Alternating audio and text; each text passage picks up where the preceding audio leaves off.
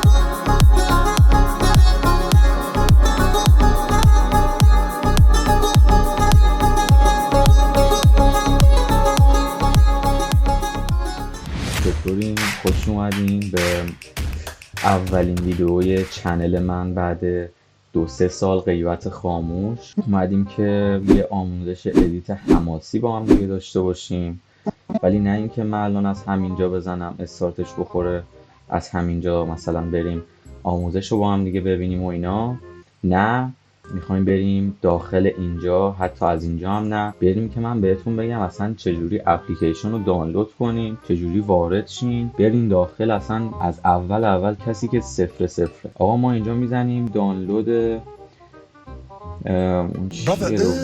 دانلود پریمیر پرو 2019. من باش کار میکنم بچه‌ها، به خاطر اینکه ارتباط دارم یه سری از افکت ها و اینا که قبلا بوده ولی الان محدود شده، یعنی من اعتقاد دارم که قبلا بهتره، یعنی نسخه قبل اصلا به این دلیل نیستش که چون قبلا با این کار میکردم و به فضای 2024 آشنایی ندارم دارم دوباره رو همین کار میکنم. دوستان عزیز، میایم اینجا، میایم قسمت پایین لینک های دانلود، اولی و دومی رو میزنید دانلود شه. من با اینکه تو کشور اسپانیا دارم زندگی میکنم ولی همچنان سرعت اینترنت واقعا خوب نیست. دومی رو شما وقتی دانلود کردین میرین نصبش میکنین. نصب کردنش هم واقعا کار ساده ایه، همشو نکس رو میزنین نصب میشه. بعد میاین میبینینش وسط صفحه، به اینا دقت نکنین، ولش کنین. میاین میبینینش، میزنین روش، میزنین وای میسین تا بالا بیاد، ما وای میسیم تا بالا بیاد، ولی شما نمیبینین چون من کاتش میکنم. 2 seconds later. شما اینو میبینین یه نیو پروژه، آقا میزنی یه اسم، چون معمولا اسم چرت و پرت ما انتخاب میذاریم تست. میایم با همچین فضایی آشنا میشیم که خب آقا طبیعیه برای اولین بار. آقا این چیه؟ این چپ چیه؟ این وسط چیه؟ این بالا چیه؟ همه اینا طبیعیه، اصلا نگران نباشین بچه‌ها، اصلا به دلتون بد راه ندین. ما همچین چیزی رو قرار ادیت کنیم. بزن یه بار از اول با هم ببینیم. حالا واسه شما امکان داره سوال باشه که اوکی پوریا الان ما این فوتیجا رو از کجا بیاریم؟ اینا رو خیلی سوال خوبیه. میریم دوباره تو گوگل کروم، میریم صفحه باز میکنیم، میزنیم یوتیوب، اینجا میزنین ایران 4K.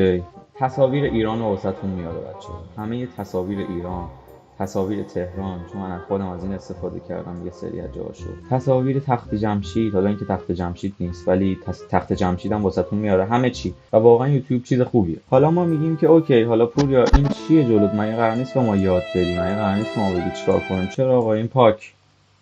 آقا ما میایم چیکار میکنیم؟ ما میایم اینجا آهنگ رو چیکار میکنیم؟ آهنگ من اینجا عقب انداخته بودم، یه آهنگ حماسی بچه، آهنگای حماسی هست بچه زیاده. حالا من چنل تلگرام میزنم و داخلش میذارم همه چی، یعنی شما میتونید تو چنل تلگرام من بیان جوین بشید و این چیزا رو همه رو داشته باشیم. ما اینجا ایمپورت رو که اینجا دوتا میزنیم، اینجا ایمپورت میکنیم هر چیزی که میخوایم. میاد اینجا. الان من این آهنگر رو قبل ایمپورت کرده بودم. آقا اینو میکشیم میندازیم اینجا. خب حالا من یه بار انداخته بودم، پاکش میکنم. ما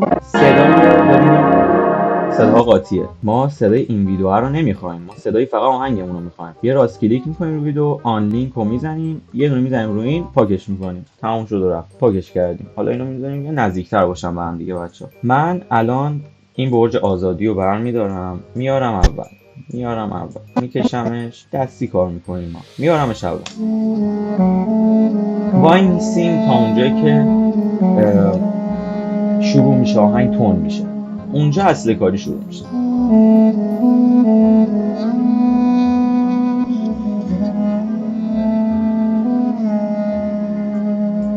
ببینین اینجا میگه دده دده دده دده. نگاه. آها.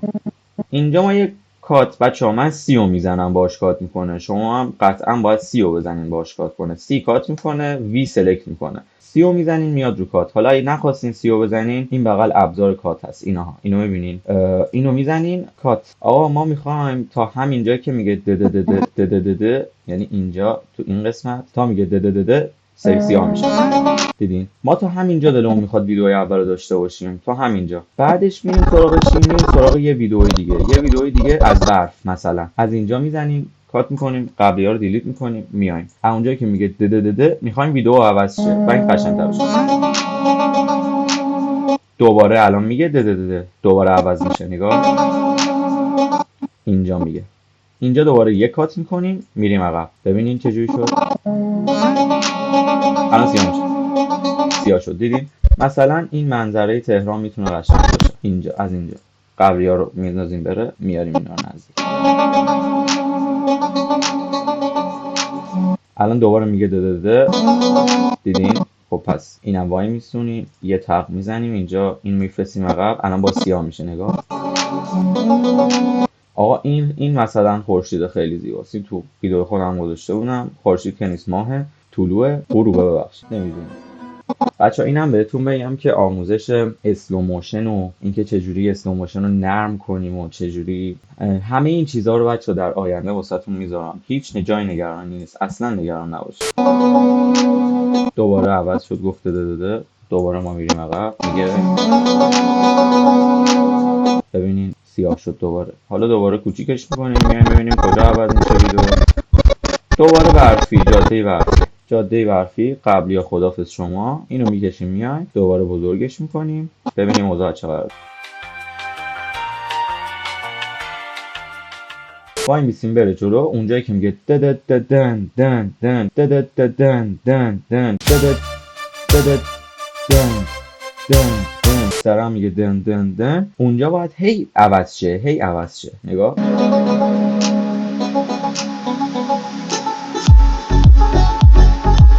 منظورم اینجا هست. حالا ما تا اینجایی که میگه دن دن دن، اینجا یه تق میزنیم، بعدی یا خدافظ شما. دیدین؟ حالا ببخشید من زدم سرما خوردم. حالا من اینجا تو ویدیو خودم چیکار کرده بودم؟ من ترانزیشن خاصی نداشتم. من خودم با ابزار کات اینو روشن خاموشش کردم، یعنی بستم باز کردم.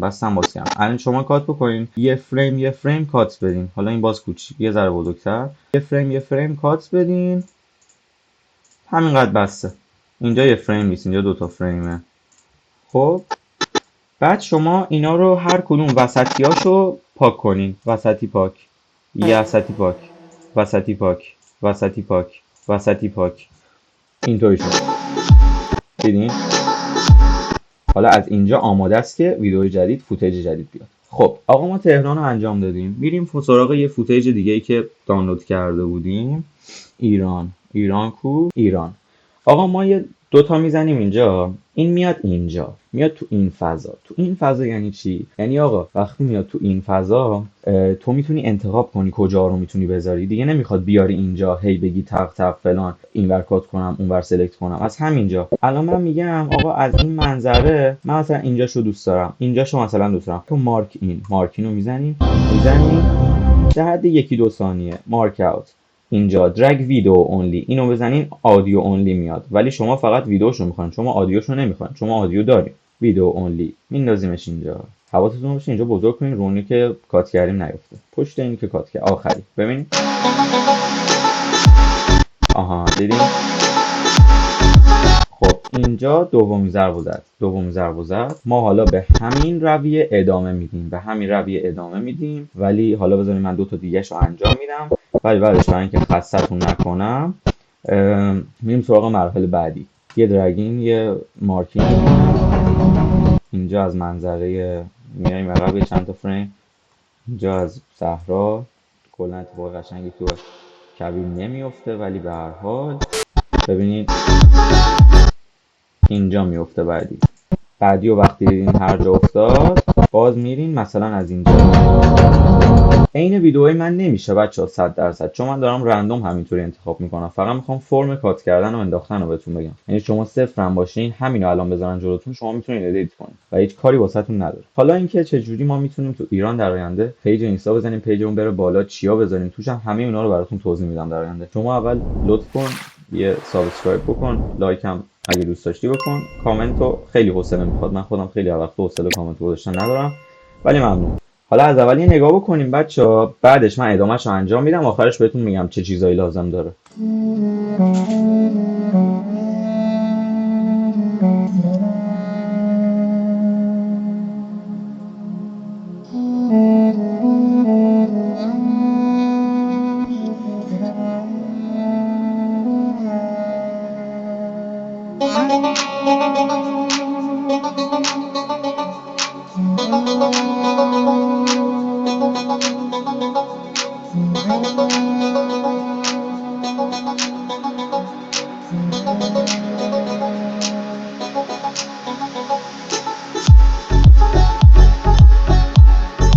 خب بچه همونطور که تا الان دیدین من خودم بقیهش رو انجام میدم و بعدش میایم سراغ اضافه کاری ها و انجام بعضی حرکت ها. خوبی این فوتیجی که من درست کردم بالاش خودش افکت کراپ رو انداخته و بالا کراپ کرده برام. فقط میمونه این اولیه که اونم بهتون میگم چیکار کنیم. بریم من ادامهش رو انجام بدم. آقا حواستون هم باشه اینم بهتون بگم کنترل اس وسطاش بزنین که پروژهتون اگرم پرید کرش کرد پریمیرتون رفتین بیرون بعدش میان پروژهتون سیو باشه. حالا اومدیم سراغ اینا. اینجا کراپا رو خودش گذاشته، من خودم کراپا اینو چک کردم 12 بود. حالا ما چیکار میکنیم؟ میایم پایین یه adjustment layer کو new item adjustment layer اوکی این بالا میندازیم میاریم این بالا. adjustment layer چیه؟ هیچی نیست تقریبا. adjustment layer من هر چی که بندازم روش رو ویدیوهای خودم هم میاد. تو مثلا الان میزنم کراپ میندازم. این چیه پوریا؟ اینو چجوری ببریم بریم تو افکت کنترل؟ این بیلبلک رو میبینی؟ افکت کنترل رو میبینی؟ الان کو پوریا دوباره میزنی رو adjustment layer تمام میشه. کراپ رو میبینی؟ تاپ بادوم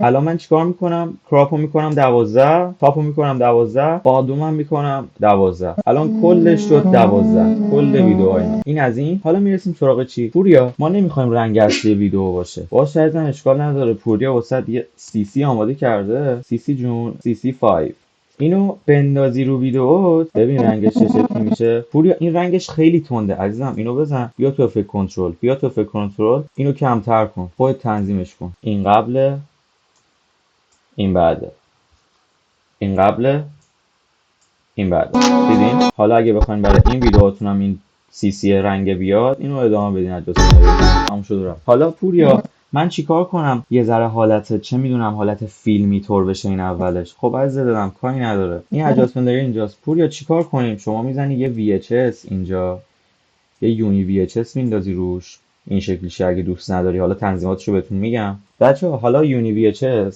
شما میتونین برین پریستتون رو انتخاب کنین. برین اینجا داخل این پنل واسهتون باز میشه این چیزا براتون میاد این حالتهای VHS.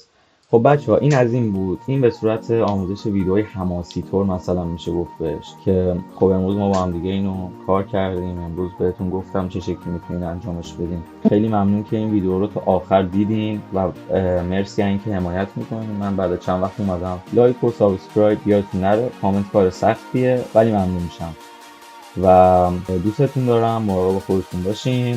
فعلا تا ویدیو دیگه.